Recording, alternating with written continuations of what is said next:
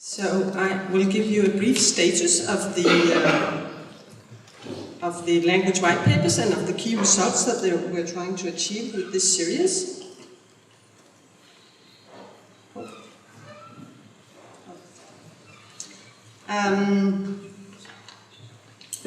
Well, with this series we basically wanted to develop a very strong key instrument to address decision makers and journalists in the EU countries and inform them about the situation in the particular countries. So we wanted to actually combine expert judgments of the actual situations in the respective countries with more political statements that could, in a way, function as a wake-up call to decision makers in Europe. So actually we're now coming to an end. They are ready now for download, most of them, and will come out in a paper version very soon to be distributed in all the countries. The report covers sort of both status of the language situation as a whole in the country and the level of support through language technology. So, first of all, each report contains a common chapter called Languages at Risk, a Challenge for Language Technology, where language technology is presented to the public in general terms, and a lot of examples of applications are given, which should be well known to most people. And then further, the series are followed by language-specific chapters, which partly give a status of the language as a whole in the country, and look into also political research programs in language technology, the educational situation of language technology in the particular countries. And finally, there's an expert chapter in the report which sort of give into more detailed description of the level of technological expertise and tools and resources in that particular country. And finally, we decided also to do some cross-lingual evaluation so that you can not only see sort of the internal status of your own language, but also compare with the other language in Europe. And we believe that this would be also politically relevant, that you could be able to see where's my own language sort of positioned in the larger picture. So these are the languages that are covered, and more than 30 of them are now available on the web. They are all bilingual, so they have a section, or the report is written both in the particular language and in English, as you can see on this front page of the Slovak paper. So all the reports are initiated by the particular language of that country, and then followed by the English translation. A few numbers. Well, this has really been a huge effort. Around 160 national experts have contributed as authors or co-authors. That's around 5 experts per language. And most of us have sort of combined both research experts and industrial experts in that panel of authors for the reports. And in addition, more than 50 experts have contributed with data and information, in particular for the first chapter, the general chapter of the reports. And we are now copying more than 8,000 versions of these reports to be printed and distributed by Internet. I'll say a little more about this cross-lingual ranking. We believe that journalists and politicians needed simple and clear messages. And therefore we divided the material into sort of 4 application areas. Each language will then be assigned, or was then assigned to 1 or 5 of these 5 clusters, ranging from excellent language technology support to weak or no support. And the 4 application areas were machine translation, speech processing, text analysis, and resources. But I should say that in the report we go into more detail with these respective areas and look at more particular and specific resources, for instance. It was very hard to agree on a common consensus. We had a lot of discussions, actually, more or less 2 days meeting in Berlin, where we finalize the positioning of the languages. And here are the results. For machine translation, we saw that the vast majority of the countries were actually, or the languages were actually placed in the cluster weak or no support. Whereas you can see that for speech processing, this situation was a little better.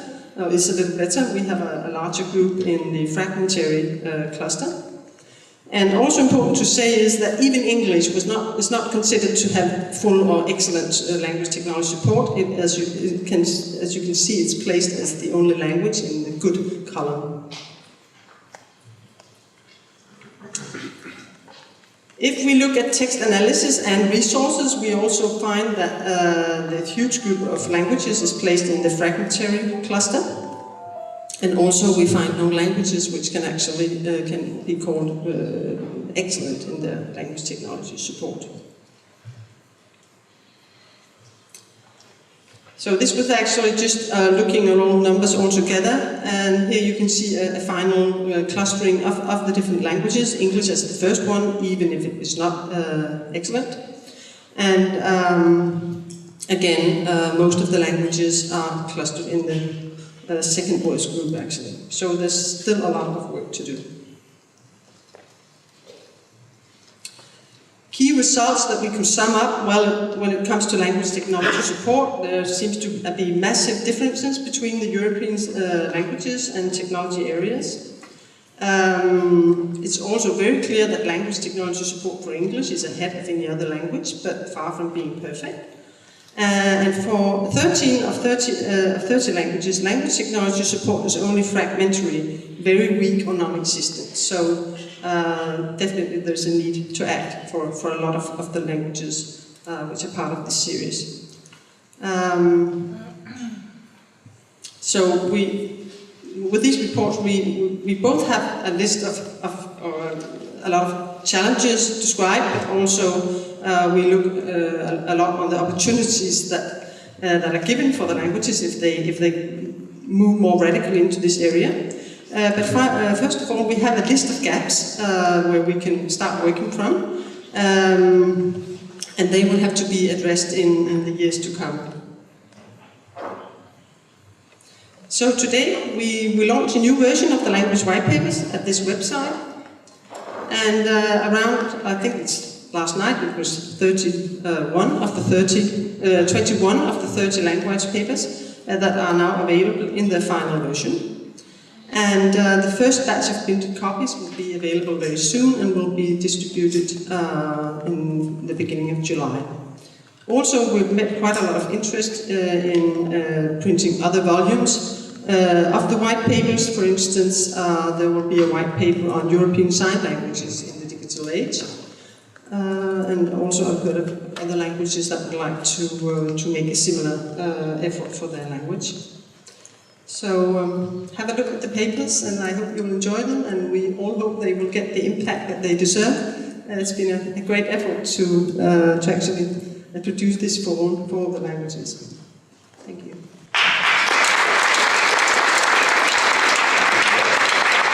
Thank you. The questions for the language white papers? I would like to know the criteria that determine if a language has an excellent support, which obviously not even English achieved, and what would be, for example, excellent support that is missing. Thank you. Sorry, did you ask about the German situation? The question was the criterion to give to call a language has excellent support? I mean, even if English don't has it, I mean, so yeah, that's a good. What's the delta missing? I don't have further comments there. So I mean, so these were expert guesses. That's so we have some definitions in the paper. You can look them up. So there are some indications what is excellent support. I mean, and I think most people in this room have a very good feeling that even English is not excellently supported by language technology. So maybe we can look it up in the paper then offline.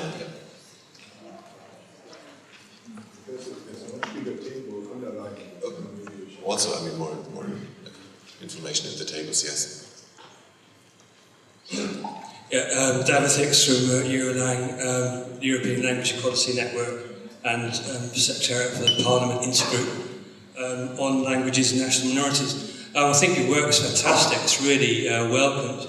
I just wonder if you have any plans to extend it to all the other regional minority languages, because information like this would be really helpful. We just recently did a report for the Commission on the NGO platform for multilingualism, and part of those recommendations was to have a linguistic observatory.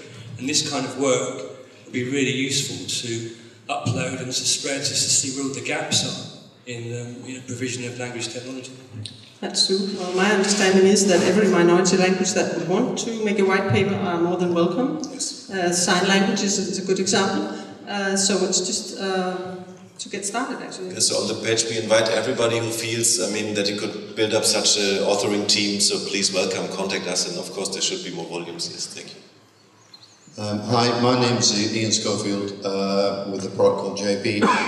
It seems to me that there's a large concentration on the written word. Can you tell me to what extent you are looking at the spoken word? Because we use speech technology in our products. And as far as I know, there are very few companies in Europe creating voices. The majority of the voices come from America, and it's an area that we really could improve on. Yeah, well, can you come over? It's all in there, of course. We looked at speech, at written language, at semantics. The whole area of language technologies is in there, and it's discussed for all languages, so you can find the information in the paper, definitely. And I think we should then now hand over to Anders Connor again to chair the panel discussion now. Thank you. Thank you.